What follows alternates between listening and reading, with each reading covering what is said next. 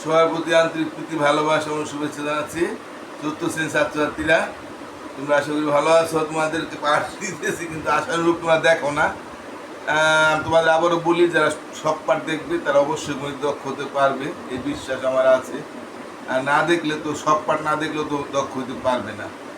তো যারা দেখতেছো তাদের অসংখ্য ধন্যবাদ। আর যারা দেখো তাদের আমার কাছে একটা বিনীত অনুরোধ, তোমরা ওই স্কুলে গিয়ে একটু বলবা অন্যান্য ছাত্রছাত্রীরা দেখে কিনা। না দেখলে বলবা, যদি তুমি উপকৃত হয়ে তা বলবা যে হ্যাঁ স্যারের অঙ্ক দেখে আমি বুঝতে পারতেছি, তোমরা দেখলে দেখতে পারো, একটু বললো। হ্যাঁ, তাহলে আমি সরাসরি পাঠে চলে যাই। তোমাদের পাঠটা একটু ছাড়তে দেরি হলো।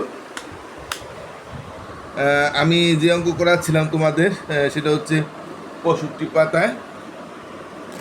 আমি এই যে নিশ্চিত সমস্যাগুলো সাধারণ গাণিতিক বাক্যে প্রকাশ করে সমাধান করো, আমি এই দুইটা করাইছি, তোমাদেরকে দুইভাবে করাই দিছি, এই সাধারণ নিয়মে আবার এই গাণিতিক বাক্যে।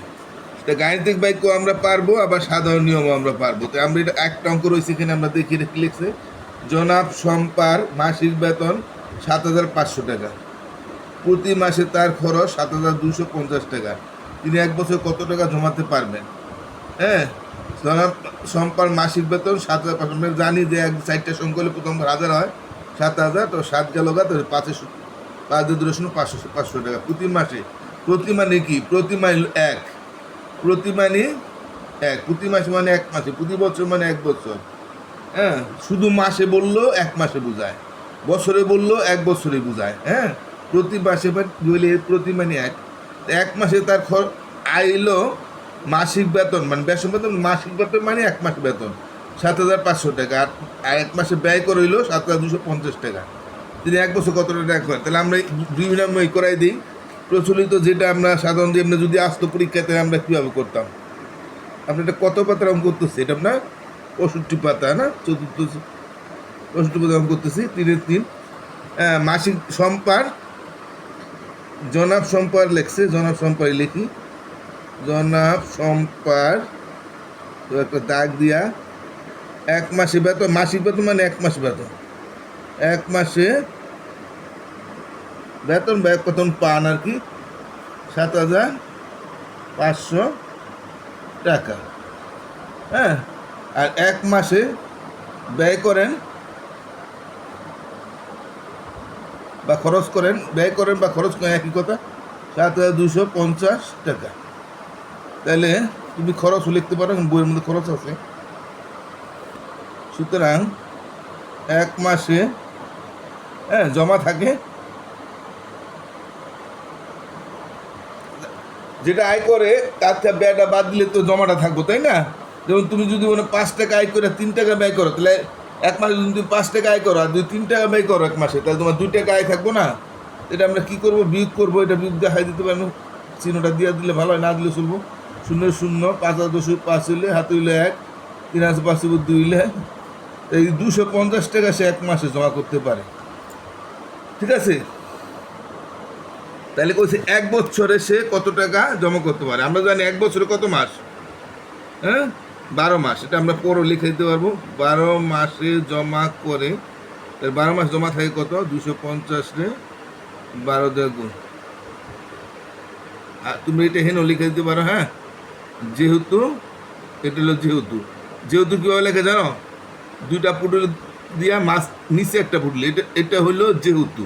আর সুতারাং হইলো এবার 2টা পুটুলি দিয়ে ঠিক উপরে ফুটা হইলো সুতারাং, আর 2টা ফুটা দিয়ে নিচে একটা ফুটা দিয়ে হলো যেহেতু। যেহেতু 1 বছর সমান 12 মাস।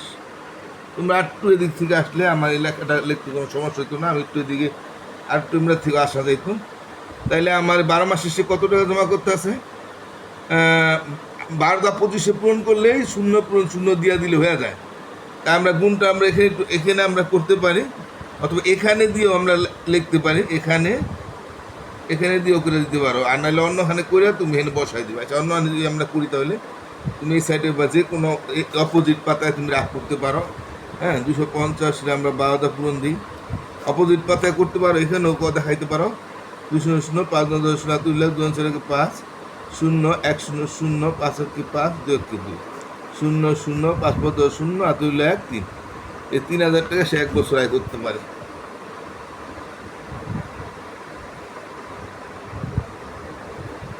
উত্তর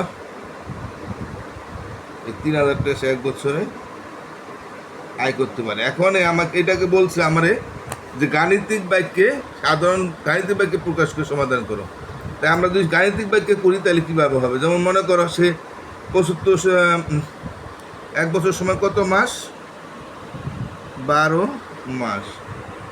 এখন আমরা গাণিতিক বাক্যে করি, গাণিতিক বাক্যে মানে হিসাবের মতো করে গাণিতিক বাক্যে, তাহলে সে 7500 টাকা 7,500 টাকা সে আয় করে, তাই না?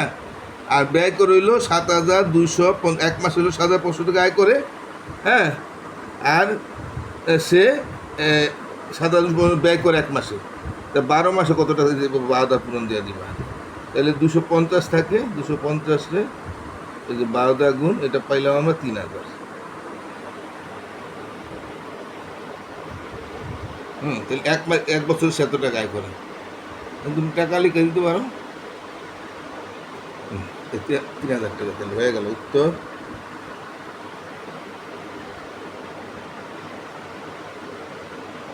গাণিতিক বাক্যে পরীক্ষায় সাধারণত গাণিতিক বাক্য বলবে না, মনে হয় বললে এভাবেই আসবে।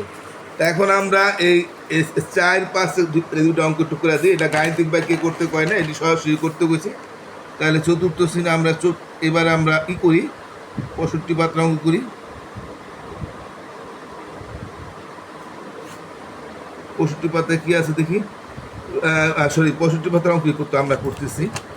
নিচের অঙ্ক দেখি, রূপা ও মনির কাছে একসাথে 875 টাকা আছে। রূপা আর মণি দুজনে মিললে একসাথে 875 টাকা রয়েছে। মনির কাছে রূপার চেয়ে 125 টাকা বেশি হয়েছে।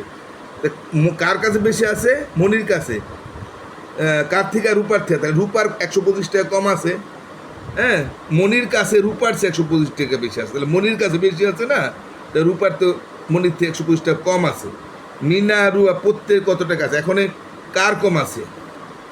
মনির কাছে রূপার চেয়ে 125 টাকা বেশি আছে, তাহলে মনির বেশি আছে, রূপার কম আছে। তাহলে যার কম থাকবো, হ্যাঁ, সেটা আমরা যদি 125 দিয়ে বিয়োগ করি, তাহলে রূপা আর মনির টাকা সমান হয়ে যায় না? কারণ ওই মনির যে 125 টাকা বেশি আছে, এই 125 টাকা যদি আমরা মাইনাস করে নিই বা বাদ দিয়ে নিই এই টাকাটার থেকে, তাইলে আমাদের যা টাকা থাকবো তার অর্ধেক মনির আছে, তার রূপার আছে। তা আমরা এভাবে করতে পারি। আমরা একবার তাহলে প্রশ্ন মতো দিয়া করে ফেলবো। তো প্রশ্ন মতে কার কম আছে? মনির বেশি আছে, রূপার। যার কম আছে তার দাম আগে আদায় করবো। প্রশ্ন মতে রূপার আছে এই যে 875 থেকে এই 125 টাকা হইলো কম আছে, তো তার অর্ধেক টাকা আছে রূপার। মানে এটা বাদ দিয়ে দিলে যার বাদ বাকি টাকার অর্ধেক টাকা রূপার আছে। তাহলে এটা বিয়োগ করলে কত হয়? 5-5 মিলালে 0, 2 আছে 7, মানে একক বিয়োগ 10 বিয়োগ করে 2 সাথে 5 লিখে আমি করাইছি, এই জন্য সব পার্ট দেখলে গেলে কোনো ব্যাপারই না। 750 তার লগে 2 ভাগ দিলে এই ভাগও আমরা পারি। প্রথম সংখ্যা ভাগ করি, 3 দুগুণে 6, বিয়োগ করলে থাকে 1, 5 ডাইন 5কে 15, 7 ডাইনে 14 থাকে 1, বিয়োগ করলে 1, 1 ডাইনে 0, 5 ডাইনে 10। এখানে আমরা টাকাটা লিখে দিতে পারি, এত টাকা, তাহলে এত টাকা, হ্যাঁ। তাহলে এটা কার? রূপার। তা রূপার যেহেতু 375, তো রূপার থেকে মনির 125 টাকা বেশি আছে না, সুতরাং মনির আছে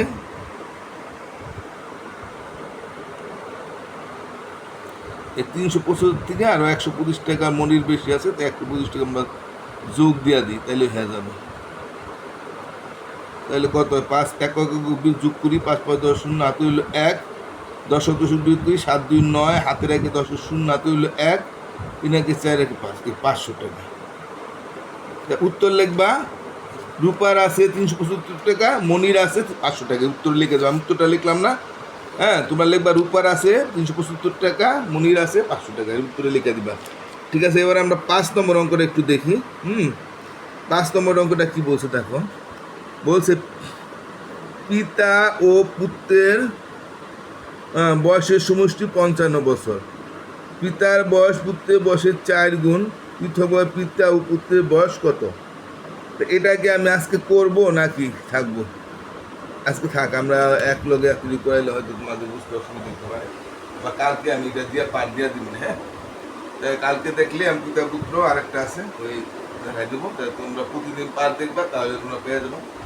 তো আমি আজকের মতো এখানে পাঠটা শেষ করি। তোমরা আবারও বলি, যারা আমার চ্যানেলটা দেখতেছো ধন্যবাদ, আর যারা দেখতেছো এবং যারা সাবস্ক্রাইব করে না, দয়া করে আমার চ্যানেলটা সাবস্ক্রাইব করবা।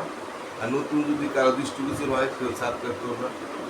আর অভিভাবকদের অনুরোধ, আপনারা বাচ্চাকে নিয়মিত পাঠ দেখাবেন, হ্যাঁ। আপনার মোবাইলটা একটু দিবেন, প্রতিদিন দেখলে সে দক্ষ দিতে পারবে। তো সবাই ভালো থাকে, টাটা।